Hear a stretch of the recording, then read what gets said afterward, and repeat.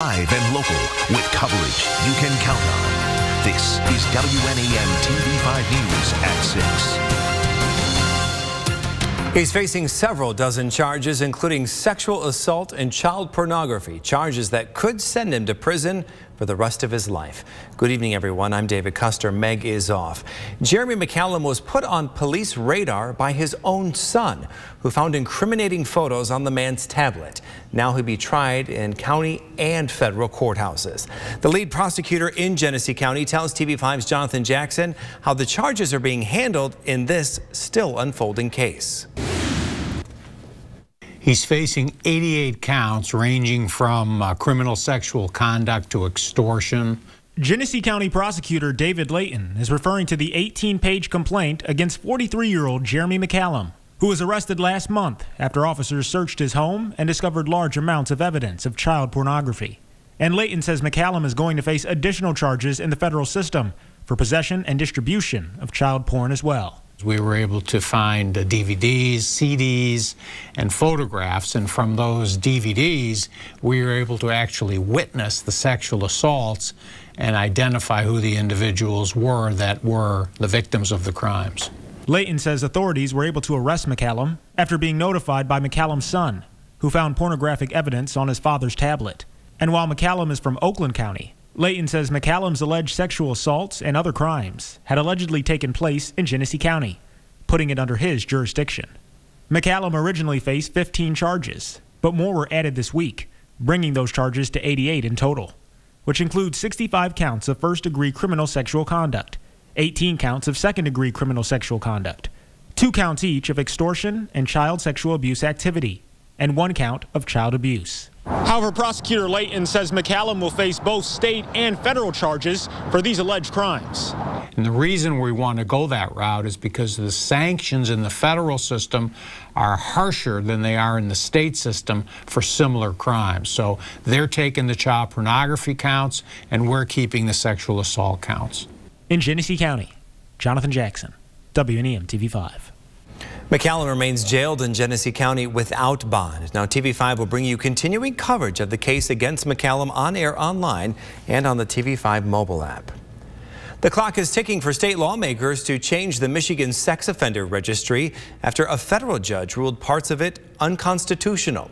The ruling ends a lawsuit challenging a 2011 amendment to the registry that added thousands of people for crimes committed before the law was enacted. After today's ruling, the registration law is now completely unenforceable against registrants whose offense predates April 12, 2011. Other parts of the law are unenforceable against any registrants. Those unenforceable parts include prohibitions on working, loitering, or living in student safety zones, along with the requirement to report all phone numbers, email addresses, and license plates. The ruling takes effect 60 days after a judgment is entered, possibly in mid-March. State police are reviewing the decision. Now, you can read the ruling in its entirety by going to WNEM.com. A real chiller out there today as you take this live look over Bay City and Saginaw. Chief Meteorologist Brian Bachman has a forecast that's not quite as cold as last night, but... Not quite, but still pretty close in many parts of the area. David's, of course, Mother Nature making for a very cold Valentine's Day across the region today. So with that in mind, I got some more extreme Valentines for you. This hour, we're taking a look at the extremes in Flint. Our warmest Valentine's Day on record back in 1939 saw a high temp of 52. We were closer to this end of the spectrum. Our coldest Valentine's Day on record in Flint saw a low of 10 below just 4 years ago in 2016. Wettest Valentine's Day, 1.6 inches of rain back in 1950, and the snowiest, seeing 3.7 inches of snow in 1927. We were a mere 6 degrees off of that coldest Valentine's Day on record in Flint. Your morning low this morning, 4 below zero. Caro, you did make it all the way down to 10 degrees below zero. And as you can see, just about everybody else outside of Port Hope dipping into sub-zero territory. So with that cold start, even all that sun we saw not warming us up that much. Most of our temps right now, middle to upper teens, and already feeling like the single digits thanks to a continued southwesterly breeze.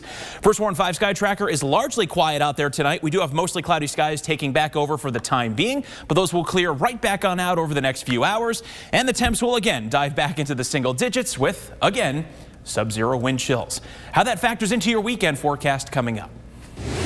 Brian, thank you. Keep your off-road vehicles off the Saginaw Bay. That's the message today from Bay County 911. Central Dispatch says multiple snowmobiles have gone through the ice over the last few days. No word on whether anyone was injured. New tonight, a parolee is back behind bars, accused of kidnapping his girlfriend and threatening to kill her young son. According to police, 25-year-old Marcellus Jenkins Jr. got into the car of the victim as she pulled into her driveway on February 9th, ordering her to drive him to his home. Now, during the drive, they say he pointed the gun at her 3-year-old child in the back seat, and he later fired the weapon from out of the driver's side window. Jenkins was paroled last November. He's now facing several felony charges. I can't even be out in my yard without hearing protection. Imagine being in his shoes. A mid-Michigan man forced to plug his ears because of noise from construction on a nearby pipeline. He wants to know what it's going to take for a little peace and quiet. TV5's James Felton is asking the tough questions. Miserable. I wouldn't wish it on my worst enemy. Whether it's a video posted to Facebook 6:30 at night or our TV5 cameras on the scene at 11 in the morning. James Bonner says this noise is relentless. We had to interview Bonner on the other side of his home to block out enough sound just to hear him talk. The construction started about 4 months ago, and the noise has been ongoing.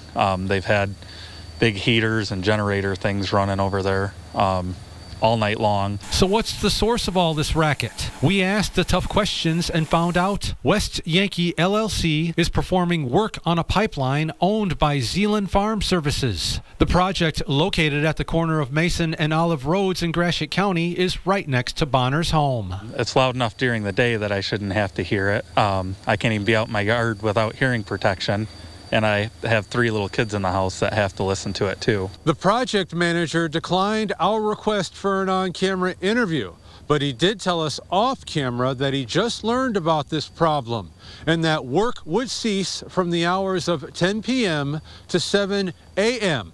and also that work here would be completed in 2 weeks. I don't know if I can personally take it. 2 weeks of listening to the noise and not being able to sleep, and it's just a burden on my whole family, and the stress is unbearable. Bonner has called police and hired an attorney. He says all he wants is some peace and quiet. He never imagined that would be so hard to get living out in the country. It would be wonderful for the whole entire family. Yeah. Reporting in Gratiot County, James Felton, WNEM TV5.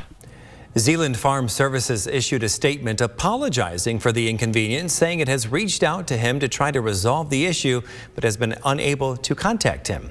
Now, if you have a tough question for us to investigate, give us a call, send us an email, or get a hold of us on Facebook. More local news, mounting financial issues forcing a school to close this summer. The Diocese of Lansing announcing the closure of St. Pius Catholic School in Flint Township at the end of the academic year in June. The school has seen a decline in enrollment to 115 students, making it too costly to continue operation. Unfortunately, just with the continued loss of population in Flint in general, as well as the loss of Catholics in particular, we're brought to this spot where we had to make this very difficult decision. Other Catholic schools in Genesee County are offering parents and students places for next year at reduced tuition rates. U.S. Senator Gary Peters in mid-Michigan visiting apprentices working with UA Local 85 in Saginaw Township. He says the skills and trades they learned there will give them an early upper hand. These are remarkable students, and when they're done with this program, we'll have their choice of jobs right out of high school. There are very few things out there that can provide these kinds of opportunities. Peters also is promoting a bill he authored to expand apprenticeships for military veterans returning to civilian life. That bill is in the House. A man looking for love but having a hard time finding someone. I was struggling a little bit on the dating apps, and I thought I'd do something different. So this is what he came up with. We introduce you to this billboard bachelor.